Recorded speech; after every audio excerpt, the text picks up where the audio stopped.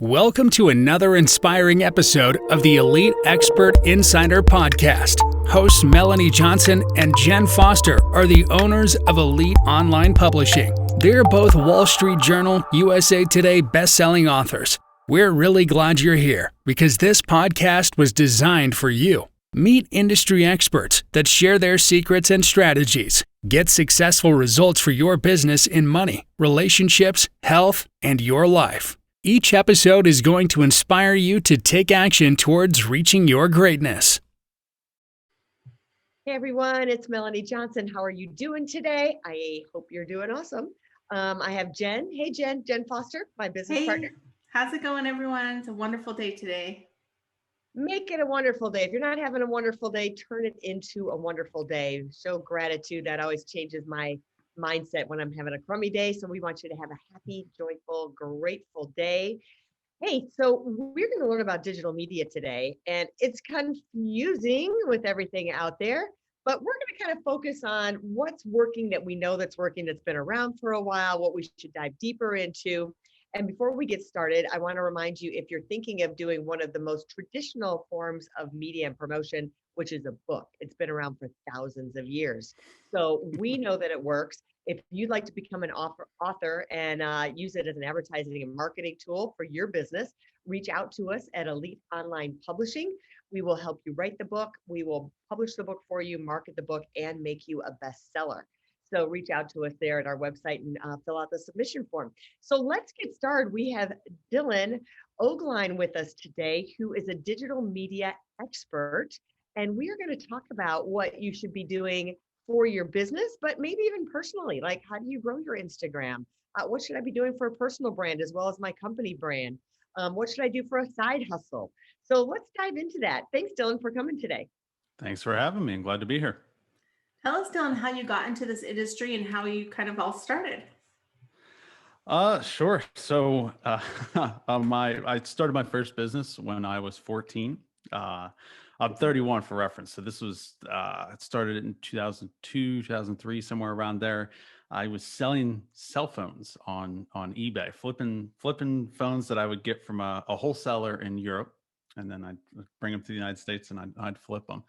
But this was at the infancy of things like Google ads. I don't even think Facebook was a twinkle in Mark Zuckerberg's eye yet. So, but this was the beginning of this whole like digital marketing thing. And I didn't know it at the time, but that I would eventually get into that industry.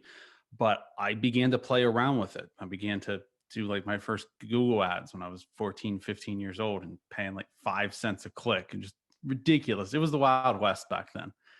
And so started doing that. Eventually the cell phone business got shut down because my merchant account provider found out that I was not 18 or older. You have to can't give merchant accounts to teenagers, I guess. So that got shut down. But I learned web design. I learned a little bit of graphics design. So I transitioned to spending 12 years bouncing around between different businesses, but always kind of having like agency work that I was doing to kind of pay the bills. And got absolutely nowhere for many years. Eventually, it would have been 2016, end of 2016, beginning of 2017, reached a tipping point, scrapped everything, and just focused on digital marketing services for my clients, and quickly scaled things up from there. And that's what I've been focusing on since then.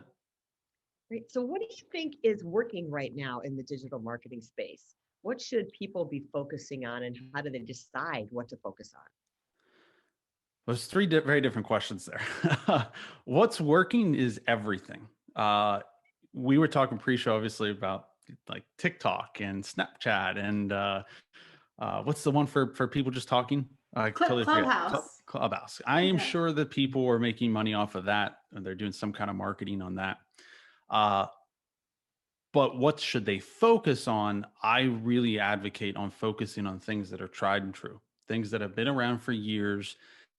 The truth is that people who, like say Clubhouse or Snapchat ads or doing things like that, they just so happen to try it. If they're having success now, they just so happen to try it and they hit a home run their first at bat, which can happen.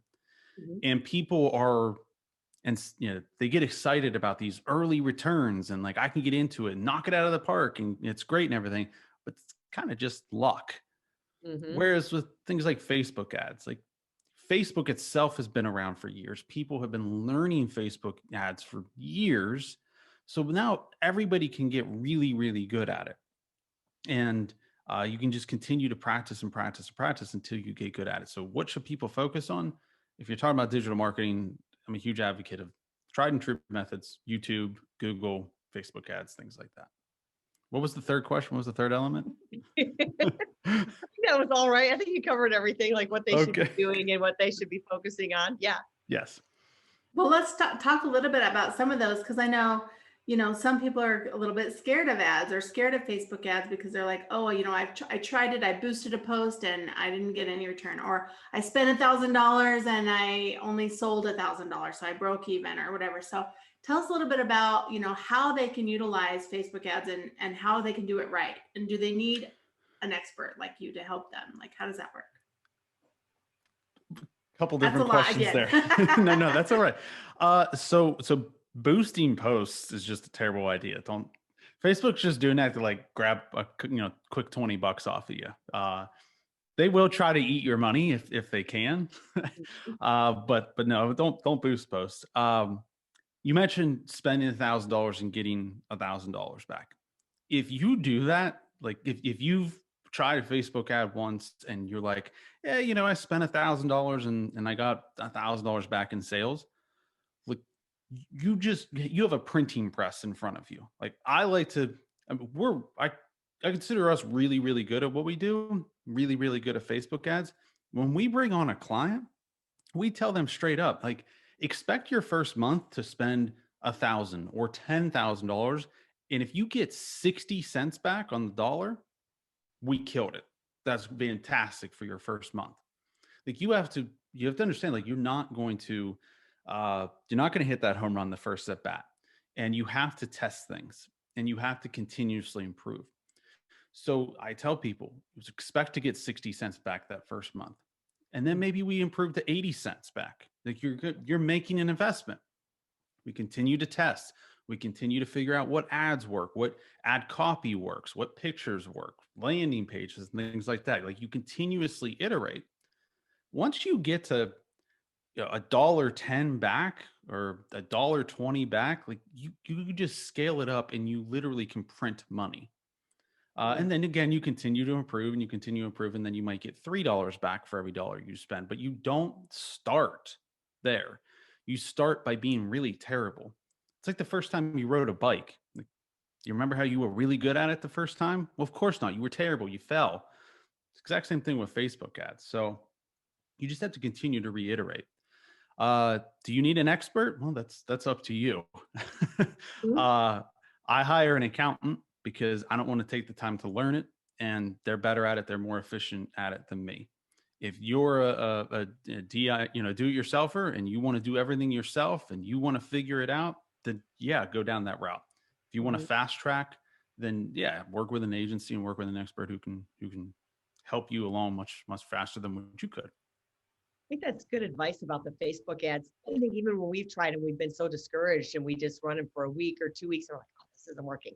And we're just throwing money away. We're just, you feel like it's never going to work. So you're just throwing it away. So that's good advice to say, just know that you're going to make an investment. You're going to lose money for maybe 3 or 4 months on those ads. And then eventually it's going to, if you have good people behind you, eventually it's going to work. So, and part of that is you talk about being lean and mean when you start out, and it's hard to be able to say, I'm going to throw this money away, or that I'm going to be losing X amount of money per month. What is some advice about running your company lean and mean and to get to that point of having success? I'm going to kind of go in a different direction than what I've recently. So I always go with keeping it lean and mean. You want to focus on the critical things in the beginning. Don't build out this complex business because you got to reiterate and things. I like the idea of also really recommending to people, and this I haven't talked about much, but lately I have, and find other people who have found success, and not necessarily try to copy them, but how do I want to explain this? let's use the Facebook ads. Let's say you're an e-commerce business and you want to figure out Facebook ads, and you've tried it. You spent $1,000 and you got $600 back, and you're like, Facebook ads doesn't work. I tried it for 2 weeks, right? Well, look into other people in the industry who are killing it with Facebook ads for their e-commerce business. Mm-hmm. And simply like keeping it in the back of your mind, like, okay, those people were able to figure it out, will continue to motivate you to be like, okay, obviously this works. Mm-hmm. And then if those people are talking about their story, they will probably tell you how, hey, right now, I'm doing $1 million a month in sales, but I started doing $1,000 a month in sales. Mm-hmm. So you can look at those stories and be like, okay, other people have clearly done this. And other people failed miserably over and over and over again until they finally figured it out. Mm-hmm. To me, that has been both with students I've worked with and myself personally, has kept me going in those times where you just continue to fail over and over and over again. So find somebody else who has done very similar to what you have already done, and use them as motivation. It's kind of like that, mentor or that person that, I mean, they might not be your personal mentor, but you can look to them because they're doing it and they've done it before. And I like the quote, success leaves clues, right? Like look at those who are successful, look at the clues and try that. Because it could just be you tweaking your niche, or it could just be tweaking your copy, or it could be tweaking your demographic, right? Yeah, and it's also one, if you can find the mentor and actually work with him or her, that's fantastic. Like you're really onto something there. But maybe it's somebody who does a podcast, or somebody just puts out YouTube videos, or maybe it's just a family friend that you know. Just having that motivation to like, okay, those people figured it out. Obviously, I can too. Mm-hmm. Can really push you to keep going. And especially if you can find out and hear about how they continuously failed in the beginning, because very, very few people hit a home run their first at bat, whether we're talking about marketing or publishing a book or starting a podcast. Most people were absolutely terrible in the beginning. Mm-hmm. So keep it simple, and then just continue, just keep pushing on. I love that you say building like to build your company, you need to show your value and stop hiding behind low prices. Explain what you mean by that. So this is mostly, I guess it could go for product-based businesses. I was going to say it's mostly for service-based businesses, but a lot of people when they're starting, especially first-time entrepreneurs and things like that, they end up they end up convinced that, well, if I'm just the low-cost provider, everybody will want to come to me, right? Well, Mm-hmm. that's a race to the bottom, and nobody makes money being the low-cost provider. And then it also, and this is something I figured out working with students in my industry, is then you also end up providing a low quality service, and you get discouraged because I'm just not providing the kind of service that I know I could provide. But you're not really motivated to, because you undercut your price to get customers in the beginning, which again Mm-hmm. doesn't work. It's a race to the bottom. So, if most people, when they're getting into whether it's a product business or a service business, they have this idea of, I could do it better than other people. Nobody gets into a business and says, my opportunity here is I can do it cheaper than everybody else. Mm-hmm. Most everybody is, I can do it better or different than everybody else out there in the marketplace. And then they convince themselves that the way to differentiate themselves and to get customers is to be the low cost provider. Don't do Mm-hmm. that. Be the high quality solution or the different solution. Whether it's a product or a service, be very high quality and charge a premium price. Uh, I could do an hour-long show on all the benefits of this, but just trust me. Be the very high quality product or service provider that you know you can be, and charge a premium price for that. I really like that because I've talked to a few of my entrepreneur friends, and they have this great service they provide, and they have a unique way of doing it and providing it. but then they undercut themselves by saying, oh, I'm just going to run a few Groupons for a couple months, or I'm just going to give, where they're really just giving away their service for free. And it does bring people into the door, and maybe some of those will sign up for the next package, but why not offer the full price and then get them into their next tier up. So yeah, I really like how absolutely. you say that. This is also important for like service providers. You can end up in what I call a price trap situation. Mm-hmm. So most of that idea of doing low priced work is, well, then I'll get referrals and stuff. I'll do great work and then I'll get referrals, because everybody's gonna be like, oh, this is great work. They look at John. He built me a great website. And he'll tell all of his friends. Or look at photographers do this all the time. Oh, look at all these great pictures. So you will get referrals if you do great work. But if somebody sees a product or service, the first question they ask is, who did that for you? Or where did you get that product or service from? And the second question is always, what did they charge you? Mm-hmm. So if you're building websites for somebody and you want to charge $2,000, but in the beginning you're like, I'll do it for $500 to get some referrals. Those referrals are coming in with the mindset of, hey, John's website looks great and he paid $500. I'm going to get a great website for $500. Well, then if you look at that person, you say, well, it's $2,000. Automatically, that's a massive issue. Like, why do I have to pay more? Mm-hmm. So in the beginning, it's tempting, but don't undercut yourself. Don't get into a price trap situation. It's a huge mistake. That makes a bunch of sense. And you talk about narrowing your focus. So, I know even with our business, we started out and you're trying to be everything to everybody, right? Mm-hmm. And then, when you do a micro niche, and we've heard about, micro niching your business down. We had someone, Trisha, who just came on our podcast, and she micro niched that she is a realtor, but she micro niched that she does manifestation, that she likes, law of attraction, the secret manifestation, and she tied the two together. So she's the real estate agent that helps you manifest your house. So that's a pretty big micro niche. So talk about finding your focus, and you found your focus in your business too. Yes.